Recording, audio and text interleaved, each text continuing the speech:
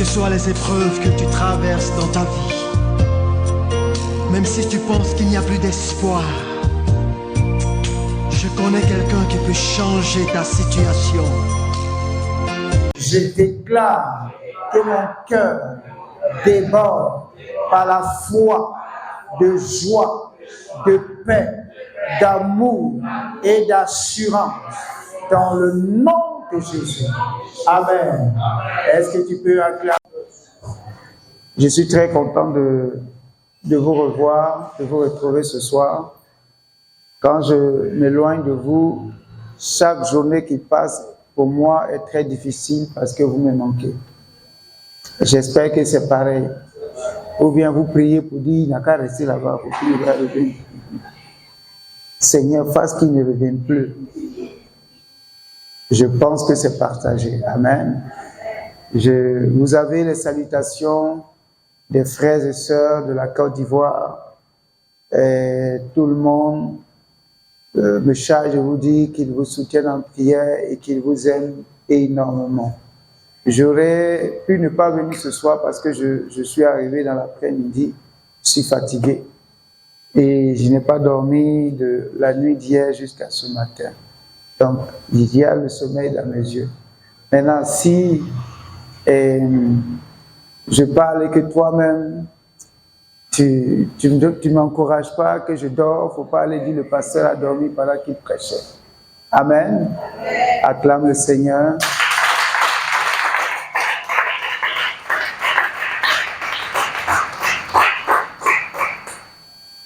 Alors, je voudrais encourager l'Église à demeurer dans la prière.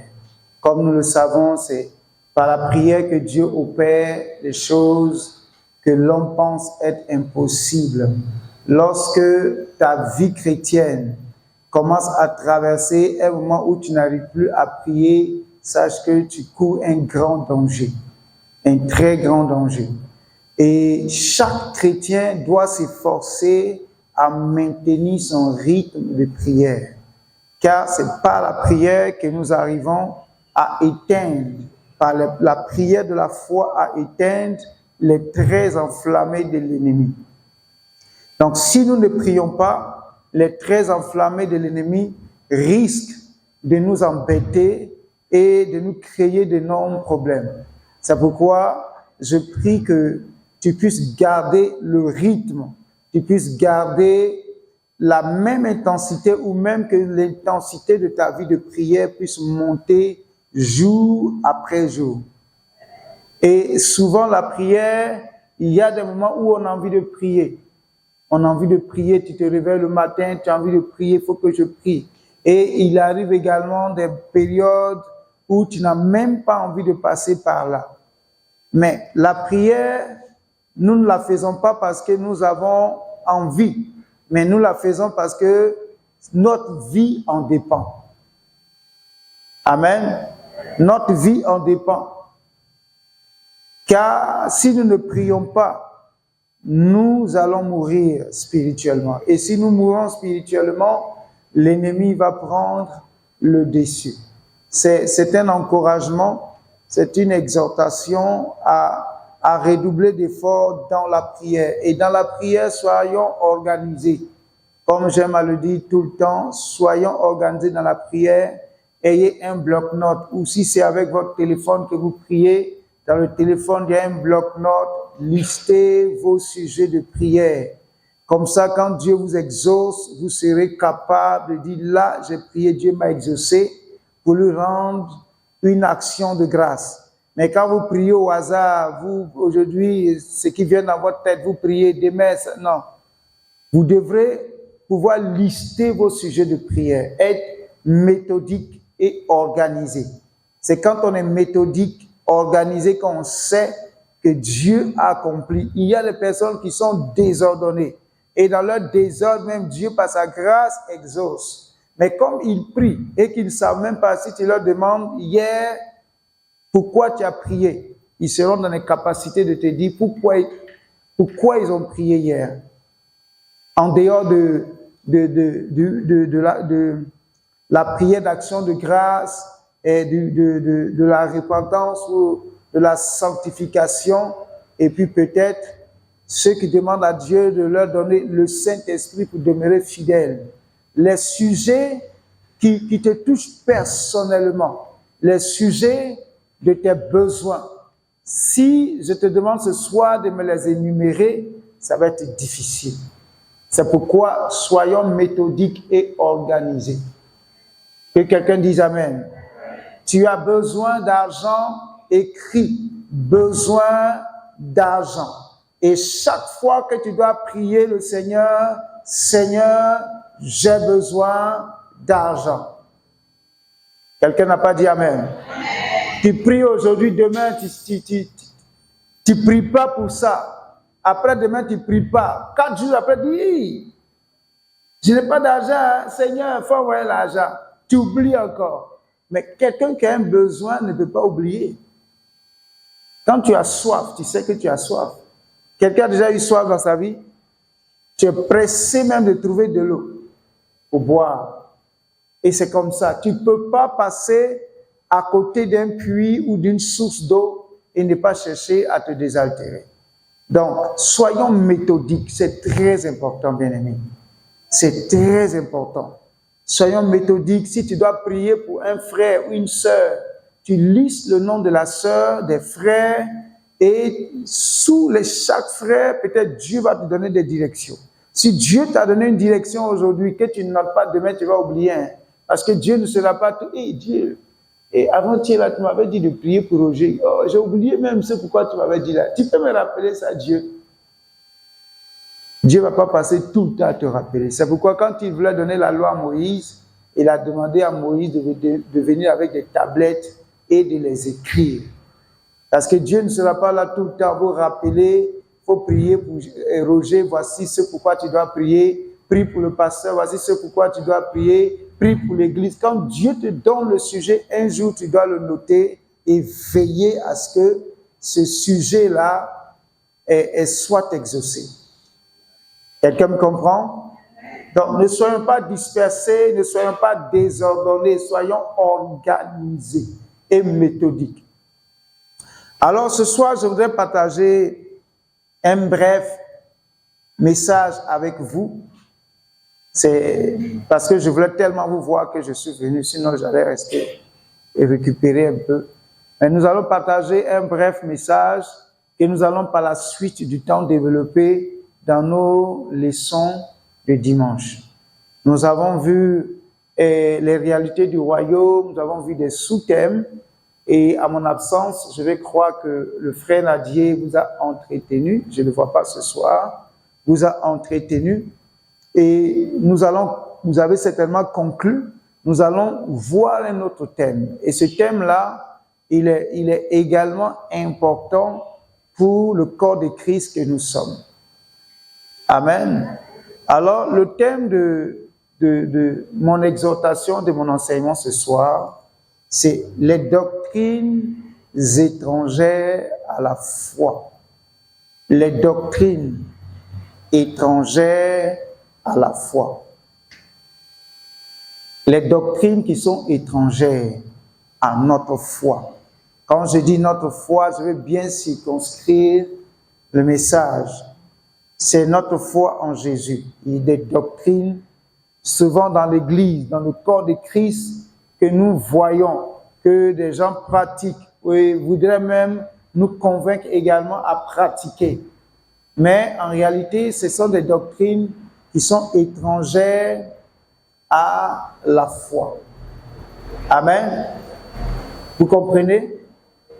Une doctrine déjà, ce que vous devez comprendre par doctrine, c'est un ensemble de valeurs que nous affirmons et qui sont également le canevas de la vie que nous menons en Jésus.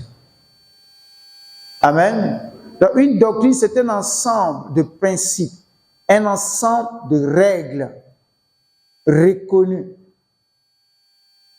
confessées et mises en pratique. Et c'est cet ensemble de principes-là qui va régir notre manière de vivre. Amen. C'est compliqué? C'est compliqué? Non. OK. Nous allons voir un certain nombre d'éléments qui semblent être des doctrines liées à la foi, mais en réalité sont des doctrines parce qu'aujourd'hui, vous savez, il y a un danger que l'Église est en train de courir et ce danger-là, c'est ce que Paul a tout fait pour que les églises de son temps puissent éviter. Par exemple, les chrétiens de Galate, après avoir commencé par la foi, voulaient maintenant marcher selon la loi. Amen. Donc, la foi, quand on vient à Jésus, quand on ne fait pas très attention, on va virer vers la loi, sans même le savoir. On serait en train de pratiquer, de vivre selon la loi et croire que nous sommes en train de vivre selon la foi. Parce que nous sommes devenus fils de Dieu, pas par la loi de Moïse, mais par la foi en Jésus. C'est parce que nous avons cru en Jésus que nous sommes devenus fils et filles de Dieu. Quelqu'un me suit? Nous sommes devenus fils et filles de Dieu. Ce n'est pas parce que quelqu'un a été circoncis, non, ou bien quelqu'un est juif, qu'il fait partie de l'Église. Mais c'est parce que toi et moi, nous avons accepté Jésus comme notre Seigneur et Sauveur personnel. Et à partir du moment où nous avons accepté Jésus, nous devenons participants de la foi. Nous devenons participants du royaume de Dieu. Amen. La loi, on ne peut pas parler de foi sans loi. Et vous allez voir que les deux choses, ce sont les deux premières lettres qu'il est. C'est ça? La loi. Et quand on met, on enlève le L là-bas, quand on met le F, ça va donner foi. Donc, c'est la différence est vraiment minime. Quand on ne fait pas attention, c'est en train de faire l'autre, pensant que nous sommes dans la dynamique de la foi, alors que nous serons en train de marcher selon la loi. La loi ne sauve pas. La loi, la Bible dit que la loi a été donnée pour ceux qui n'obéissent pas. Mais nous sommes devenus obéissants par la foi en Jésus-Christ. Mais plus l'Église avance, le monde évolue, nous voyons des pratiques qui reviennent dans l'Église, qu'on veut imposer à l'Église et faire croire à l'Église que ce sont des actes de foi.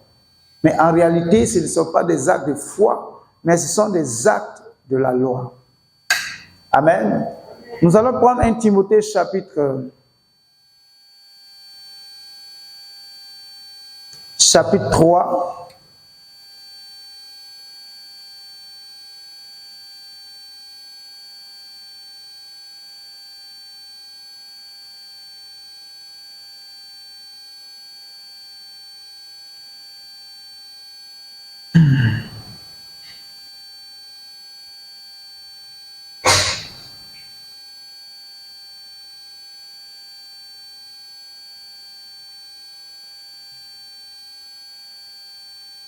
Nous allons lire parce que à partir de ce texte-là, il y a beaucoup de choses qui sont enseignées ou qui sont reconsidérées dans l'Église. Et je voudrais qu'ensemble on puisse regarder ce texte et puis tirer un certain nombre de points qui vont nous aider. La Bible dit, cette parole est certaine, si quelqu'un aspire à la charge d'évêque, il désire une œuvre excellente. Il faut donc que l'évêque soit irréprochable, mari d'une seule femme, sobre, modéré, réglé dans sa conduite, hospitalier, propre à l'enseignement. Il faut qu'il ne soit ni adonné au vin, ni violent, mais indulgent, pacifique, désintéressé. Il faut qu'il dirige bien sa propre maison et qu'il tienne ses enfants dans la soumission et dans une parfaite honnêteté. Car si quelqu'un ne sait pas diriger sa propre maison, comment prendra-t-il soin de l'Église de Dieu? Il ne faut pas qu'il soit un nouveau converti de peur qu'enflé d'orgueil, il ne tombe sous le jugement du diable. Il faut aussi qu'il reçoive un bon témoignage de ceux du dehors, afin de ne pas tomber dans le propre et dans les pièges du diable. Les diacres aussi doivent être honnêtes, éloignés de la duplicité, des excès du vin, des gains sordides, conservant le mystère de la foi et dans une conscience pure, qu'on les éprouve d'abord et qu'ils exercent ensuite leur ministère s'ils sont sans reproche. Les femmes de même doivent être honnêtes, non médisantes, sobres, fidèles en toutes choses. Les diacres doivent être mariés d'une seule femme et diriger bien leurs enfants et leur propre maison, car ceux qui remplissent convenablement leur ministère s'acquièrent un rang honorable et une grande assurance dans la foi en Jésus-Christ. Je t'écris ces choses avec l'espérance d'aller bientôt vers toi. Amen. Alors, voici l'apôtre Paul qui écrit dans le livre de 1 Timothée chapitre 3 qui donne un certain nombre d'éléments. On va lire 1 Timothée chapitre 1. Chapitre 1, le verset 3. 1 Timothée chapitre 1, le verset 3. En partant pour la Macédoine, j'étais encouragé à demeurer à Éphèse pour avertir certains de ne pas enseigner des doctrines étrangères à la foi. Amen. En partant pour la Macédoine, j'étais encouragé à demeurer à Éphèse pour avertir certains de ne pas enseigner des doctrines étrangères à la foi. Amen. Donc, l'apôtre Paul, qui parle à Timothée, il va voir les Macédoniens. Il était en train d'aller voir les Macédoniens, mais il le laisse. Il laisse Timothée là pour que Timothée veille à ce que les gens n'enseignent pas des doctrines qui soient contraires à la doctrine de la foi. Amen. Ce soir, par exemple, nous pouvons parler par exemple du voile. Le voile sur la tête. Ce soir, je vois des sœurs qui ont attaché leur tête, d'autres n'ont pas attaché. Dans certaines églises, une femme qui n'attache pas sa tête est maudite. Ou bien elle va en enfer. Vous savez ça? Vous avez déjà entendu ça? Ah, ok. Donc, j'ai entendu des oui. Et on va lire dans la progression des passages bibliques pour que vous compreniez cette histoire de voile qui chaque fois fait polémique dans le corps de Christ. Il y a par exemple le port du voile. Il y a par exemple les boucles d'oreilles. Il y a par exemple les bijoux. Il y a par exemple les tresses.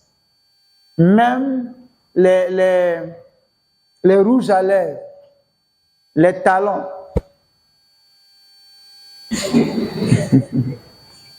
Les talons. Les habits somptueux. Donc, tous ces éléments-là, dans certaines communautés où certains docteurs, certains enseignants disent que une femme qui n'attache pas sa tête et qui prie déshonore son chef, et son chef c'est qui? C'est l'homme. Et cela n'est pas agréable à Dieu. On va voir tout ça dans l'école de dimanche. Je suis en train de dérouler, vous dire un peu ce que nous allons voir, et ça va être l'occasion de poser beaucoup de questions. Amen. J'ai décidé de revenir sur cet aspect-là. Je sais qu'ici, il n'y a pas de problème. Mais vous êtes appelés à côtoyer d'autres chrétiens.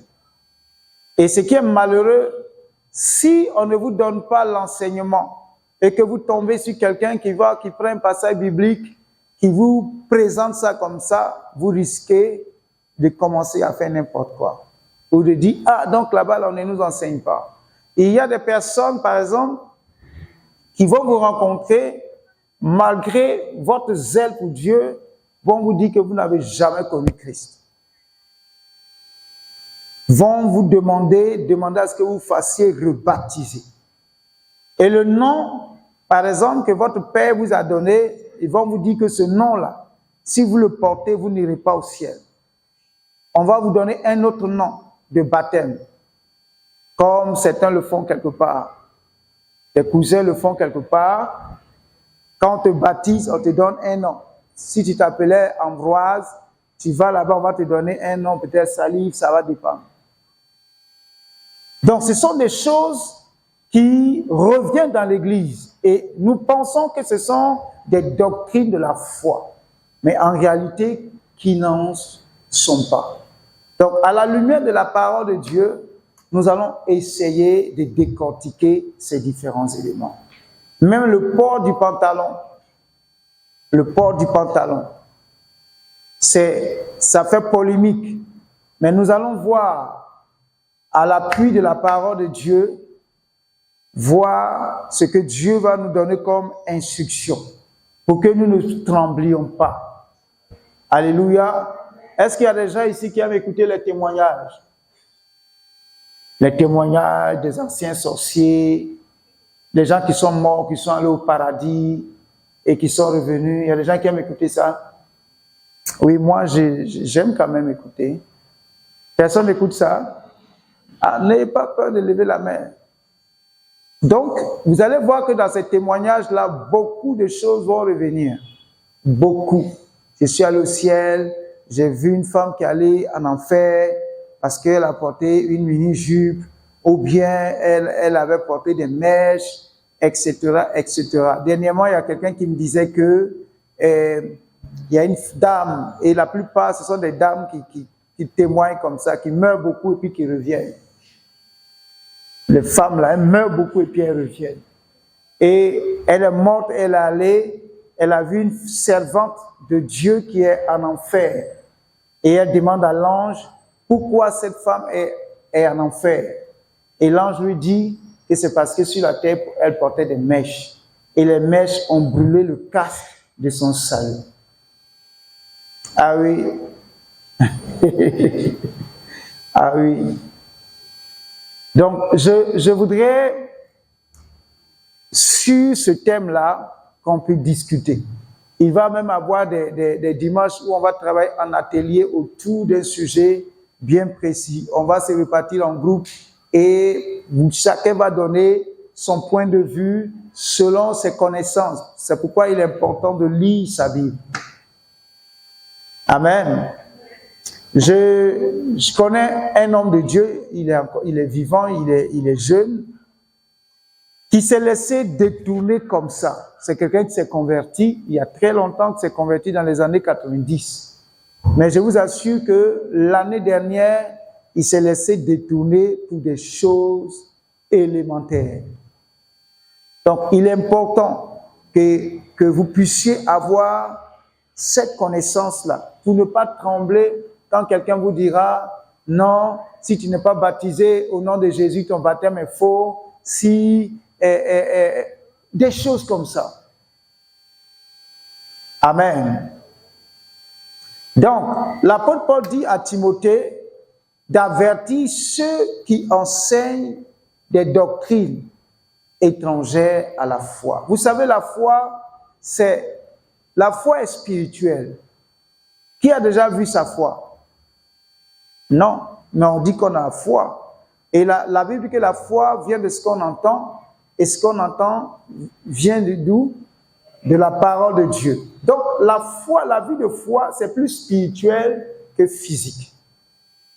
Amen. Le physique, il est aussi important, mais il vient au second plan. C'est pourquoi Jésus dit, ce n'est pas ce qui entre dans le corps, parce qu'en réalité, ce qui entre dans le corps est comment? qui va m'aider est physique. Ce qui entre dans le corps de l'homme est physique. Maintenant, ce n'est pas ça qui souille l'homme. Mais ce qui souille l'homme, au contraire, c'est quoi? C'est ce qui sort de son cœur, qui est spirituel, qu'on ne voit pas. Et Jésus a énuméré quelques éléments, c'est l'impudicité, le meurtre, l'adultère. Qui a déjà vu un esprit d'adultère? Le gars, il est assis à tes côtés, il cause avec toi, il se joue les maris fidèles, alors qu'au-dedans de lui, il a envie de tromper sa femme. C'est ça qui est dangereux. Et c'est ça, la vie spirituelle. Le volet physique, dans la marche de l'homme spirituel, vient au second plan. Il est important, mais il vient au second plan. Le plus important, c'est son homme intérieur. C'est pourquoi la Bible parle de la circoncision du cœur. Qui est déjà allé chez le médecin pour qu'on puisse circoncire son cœur? Quelqu'un est déjà allé là-bas? Non. Mais ce qui va circoncire ton cœur, c'est la parole de Dieu. Quand ton cœur est touché, la Bible dit que ton cœur est circoncis. Et en ce moment-là, tu deviens un homme ou une femme spirituelle. Tu es né de Dieu. Donc, ce que nous sommes aujourd'hui, c'est plus spirituel que physique. La loi est physique. Je peux vous donner quelques éléments qui avant, montraient on faisait partie du peuple de Dieu. Premièrement, il fallait naître et être juif. Quand tu es juif, tu fais déjà partie du peuple de Dieu. Deuxièmement, quand tu n'es pas juif et que tu veux faire partie du peuple de Dieu, il fallait, si tu es un homme, il fallait te faire circoncis. Parce que avant, vous allez voir que dans la loi, les femmes même n'étaient pas très considérées. N'étaient pas très considérées parce qu'on ne pouvait pas circoncire la femme. Amen.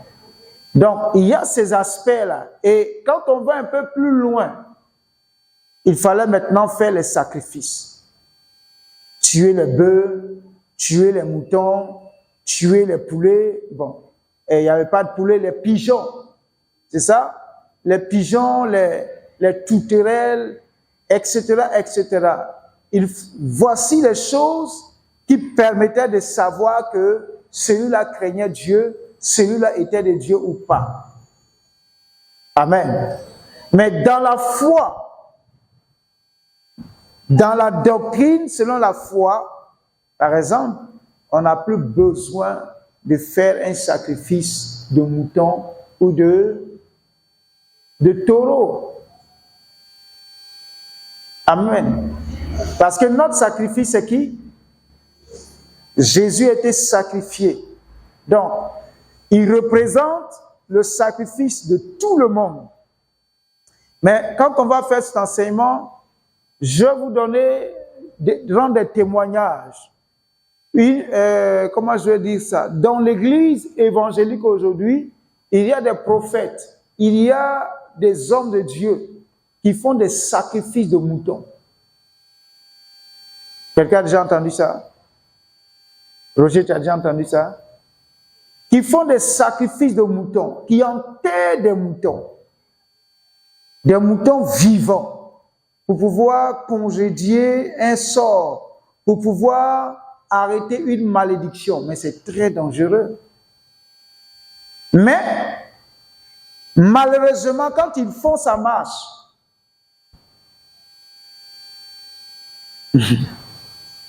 Amen. Quand ils font, ça marche. C'est-à-dire, tu as un problème, le monsieur te dit, envoie un mouton. Tu te tues, tu envoies le mouton orange, jaune, vert, rouge, violet. Il égorge le mouton, il t'entoure du sang de mouton. Et ton problème est résolu. Et quand on n'a pas l'esprit de Jésus, on va penser que quand une prophétie ou bien une action prophétique est résolue, ça veut dire que cette action prophétique vient de Dieu. Non. Ce n'est pas parce qu'une action prophétique a apporté une solution qui veut dire que forcément ça vient de Dieu. Non. Quand vous lisez la Bible, vous verrez. La Bible dit que quand même quand une prophétie s'accomplit, ça ne veut pas dire qu'elle vient forcément de Dieu. La source peut être démoniaque. Parce que les démons également voient. Les démons sont esprits. Amen. Donc, je voudrais qu'on soit des chrétiens libres. Pas des chrétiens qui marchent avec, tu es là même où tu es là, tu es déjà fatigué. Amen. On va venir encore mettre de nouvelles choses sur vous. Non. La Bible dit que si le Fils de l'homme vous affranchit, vous serez réellement libre. Libre. Libre de porter ce que vous voulez porter. Mais seulement, il faut que ce soit, prêchez avec moi, ce soit décent. Hein, on ne va pas se mettre à la porte ici. Amandie, dehors, tu as porté quoi aujourd'hui? Jean. Sarah, dehors. Chantal, allez. Et à qui encore? Non. Et même l'histoire du pantalon, je vais vous la raconter. Parce que souvent, quand on parle de habit d'homme, les yeux sont braqués tout de suite sur le pantalon. C'est ça? Le pantalon, il a été conçu pour les gens qui faisaient le théâtre. Parce que dans le théâtre, dans l'Antiquité, il y avait des mouvements qu'il fallait faire. Et le pantalon a été conçu pour ces mouvements-là. C'est adapté. Voilà comment le pantalon est venu. Et après, on dit c'est pour l'homme. Parce que vous savez, nous les hommes, on est forts. Hein? Ce qui est bon, on arrache et puis vous les faites mettre de côté. Donc c'est pourquoi, lisons la Bible. Nous sommes arrivés à des temps où, pour rien, quelqu'un va vouloir te voler, te mettre dans un esprit et puis pouvoir te contrôler. Que personne ne te contrôle au nom de Jésus. Que ce soit l'Esprit de Dieu seul qui te contrôle. L'Esprit de Dieu seul. Et quand on connaît la parole de Dieu, quand on est enseigné, bien aimé, on n'a pas peur. Vous savez, il y a des gens, tu as l'impression que c'est eux qui ont la clé du paradis. Ils savent qui va aller au paradis et qui n'ira pas au paradis. Parce que tu es trop soigné, tu es charnel. Il y a, vous savez, dans le corps de Christ, souvent, on juge la spiritualité des gens par leur apparence. Non, lui là, il est trop propre, c'est qu'il est charnel. Lui là, il est sale, il est spirituel. Hein? Et là, comme ses lèvres même sont déchirées. Non, lui là même, il parle avec Dieu. Ses pieds sont fendillés. Lui là, non. Il marche dans la présence de Dieu. Ça n'a rien à voir. Il y a des sœurs même qui peuvent porter des robes qui traînent, mais elles sont dangereuses. Que quelqu'un dise Amen. Elles sont dangereuses. Ce n'est pas forcément l'habit. Mais quand le cœur est touché, derrière, il peut avoir également une attitude qui accompagne cela. Amen. Je prie que le Seigneur nous aide, nous éclaire pour que personne ne vienne faire de nous son esclave. Et même il y a certains, j'entends jusqu'à aujourd'hui, certains gens disent non, le porc, c'est pas très bien de le manger. Qui a déjà entendu ça? Tu as entendu? Moi, je ne veux pas manger le porc.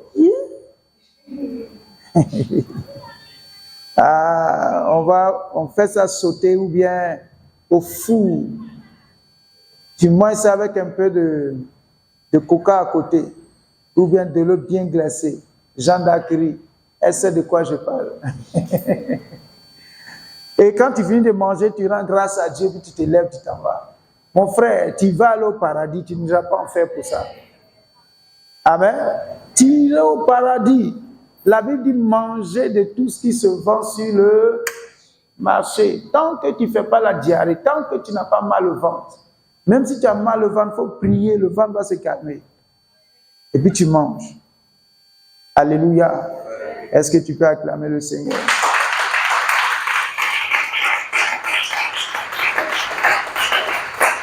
On va développer ces choses-là pas à pas, comme je le dis. Le voile, les bracelets, et quoi encore? Vous-même, vous allez ajouter, puis on va développer. Amen.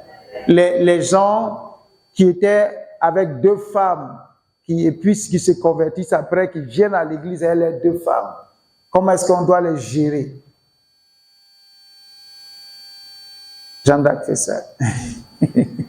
Oui, parce que c'est des sujets.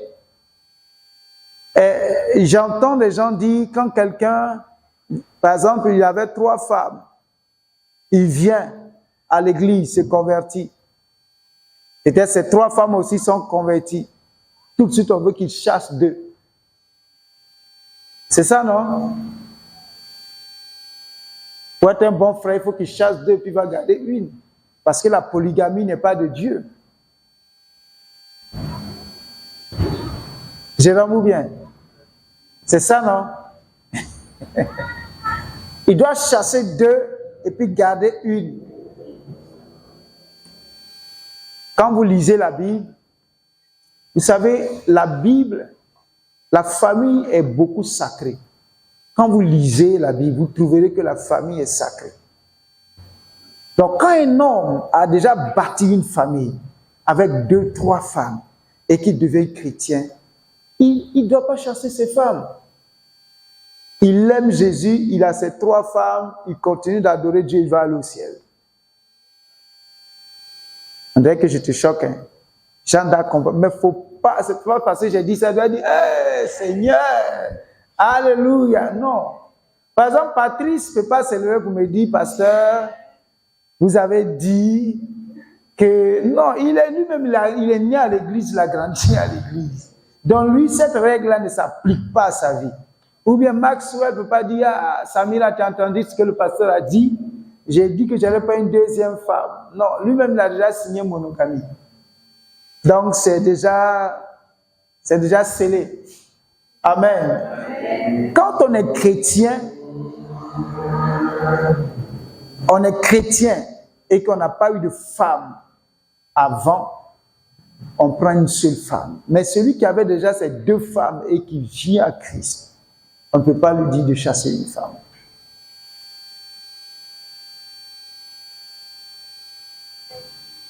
Si vous n'êtes pas d'accord, vous me dites, hein, parce qu'on va chercher les versets bibliques et on va expliquer tout ça.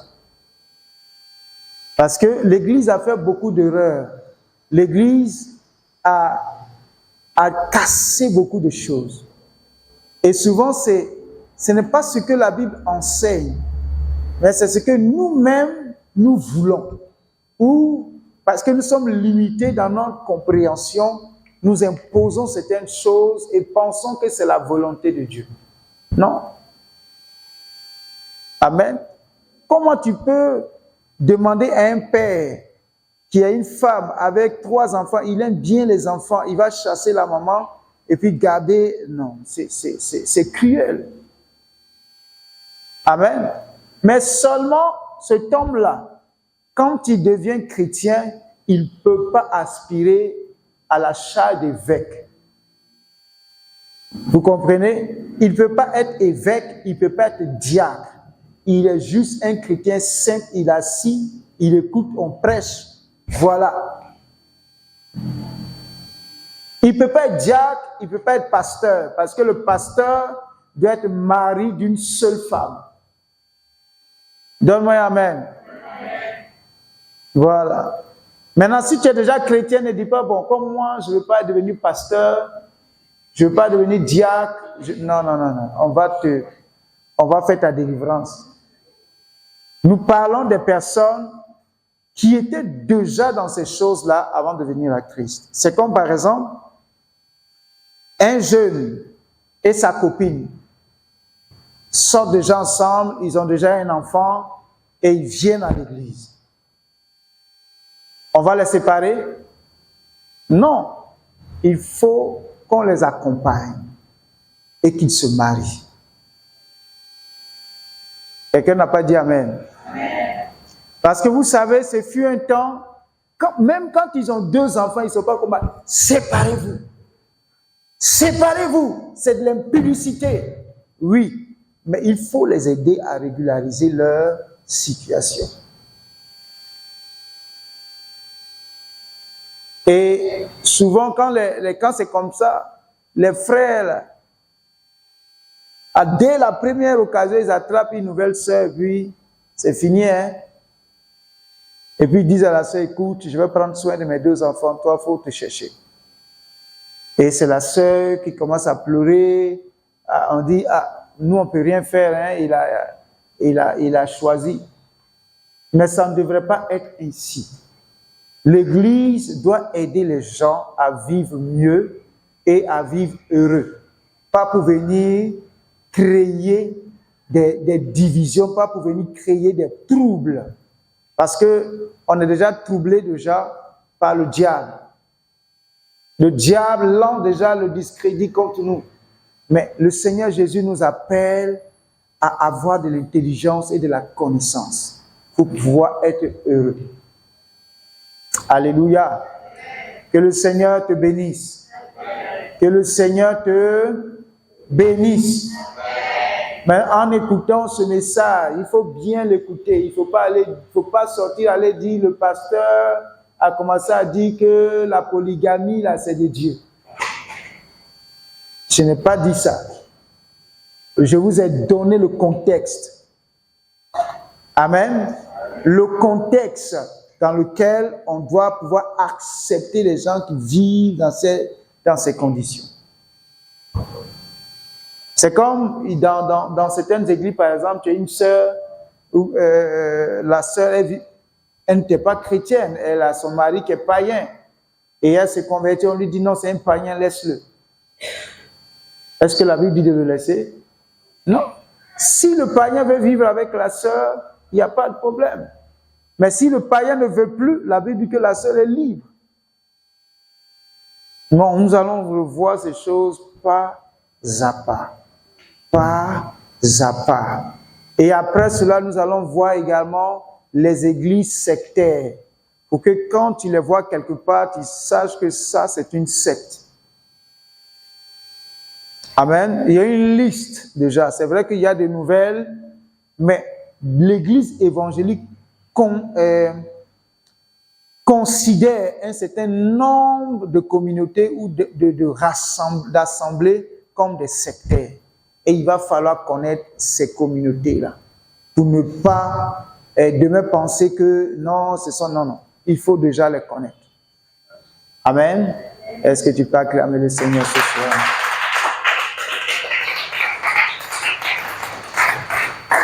Donc, ça va être un thème assez pratique et je voudrais que chacun de son côté puisse faire des recherches.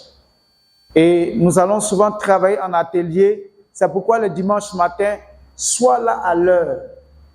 Il y a des personnes qui sont venues après la leçon. La leçon, c'est pour te permettre d'être posé. Sinon, tu vas un jour, Dieu va te bénir, tu seras fonctionnaire, tu seras peut-être à Gorom. Tu vas rencontrer un pasteur qui va te dire il faut faire sacrifice de bœuf. Et si tu ne comprends pas, tu vas le faire. Amen. Ou bien il faut faire sacrifice de 20 pains wax hollandais. Tu vas le faire parce que tu n'es pas enseigné. Mais si tu viens, tu poses des questions, tu prends note. Quand il va te dire il faut faire un sacrifice d'un bœuf noir, tu dis non, mon sacrifice c'est Jésus. Alors moi, je vais m'arrêter là ce soir pour, je vais appeler ça comme ça l'introduction de notre thème désormais, de notre étude matinale de dimanche matin. Les doctrines étrangères à la foi. Il va falloir les connaître, les connaître. savoir pourquoi nous ne devons pas suivre ces pratiques-là. Parce que c'est juste des jours, des charges que nous-mêmes, nous mettons sur nous. Pourtant, Jésus nous appelle à la liberté. Tu vas baisser la tête et tu vas prier. Tu vas demander au Seigneur de t'aider à ne pas te laisser emporter par des doctrines qui sont étrangères à la foi. Mais tu veux vivre selon la parole de Dieu. Tu veux marcher selon la parole de Dieu. Aller dans le sens que Dieu veut et non pas dans le sens qu'un homme voudrait t'amener. Oh Seigneur, ce soir, nous voulons te dire merci. La Bible déclare qu'au commencement était ta parole. Là où il n'y a pas de parole, il n'y a pas d'évolution.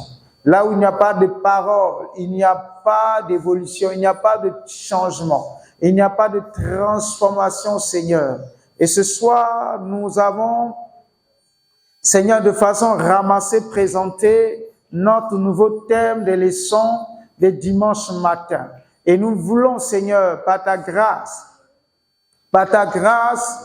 aborder ces différents thèmes, ces différents éléments, Seigneur, pour que chacun dans son esprit ait une conviction, ait les arguments, ait la connaissance nécessaire, Père, pour pouvoir marcher selon ta volonté. Seigneur, nous te disons merci parce que tu es le Dieu de grâce et le Dieu de bonté. Que personne ne nous séduise, que personne ne nous séduise, que personne ne nous arrache notre liberté. Personne ne nous prenne notre liberté, Seigneur, car c'est au nom puissant de Jésus que nous avons prié. Amen. Amen.